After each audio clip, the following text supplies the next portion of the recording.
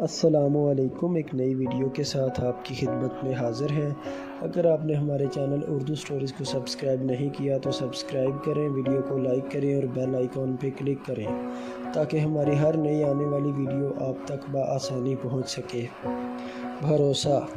فرحان کے گھر کے قریب ایک پارک تھا جہاں شام کو کھیلنے کے لیے بچے اکٹھے ہوتے تھے۔ وہیں اس نے ایک آدمی کو دیکھا جو لوگوں کو ان کی قسمت کا حال بتا رہا تھا۔ بہت سے لوگ اس سے اپنے مستقبل کے بارے میں پوچھ رہے تھے۔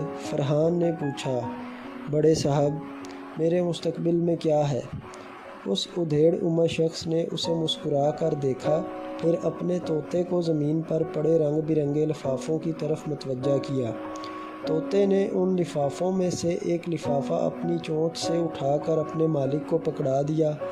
اس شخص نے لفافہ کھولا اور فرحان سے کہا، لڑکے، تمہارے آنے والے دن اچھے معلوم نہیں ہوتے۔ فرحان اس کی بات سن کر پریشان نہیں ہوا، ہاں حیران ضرور ہوا تھا، کیونکہ اسے یقین تھا کہ اللہ کے حکم سے آنے والے دن اس کے لیے اچھی خبر لائیں گے۔ اس کے امتحانات کا نتیجہ آنے والا تھا اور اس نے امتحانات بھی بہت اچھے دیے تھے اور اسے پوری امید تھی کہ اس کے نمبر بھی اچھے آئیں گے۔ فرحان نے اس شخص کو اس کی فیس دی اور وہاں سے چلا گیا۔ اس نے گھر میں ساری بات بتائی۔ اس کی امی نے کہا، یہ سب دھوکہ دہی ہے اور لوگ ان پر بھروسہ کر کے اپنے پیسے ضائع کر رہے ہیں۔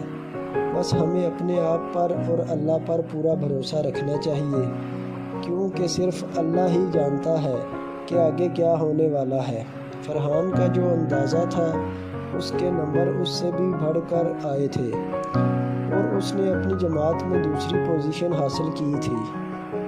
اسے یقین آ گیا تھا کہ طوطے کا پرچی اٹھانا اور اس شخص کا یہ بتانا کہ آگے کیا ہوگا سراسر فراڈ تھا، کیونکہ اللہ کے سوا کسے معلوم کہ آگے کیا ہونے والا ہے۔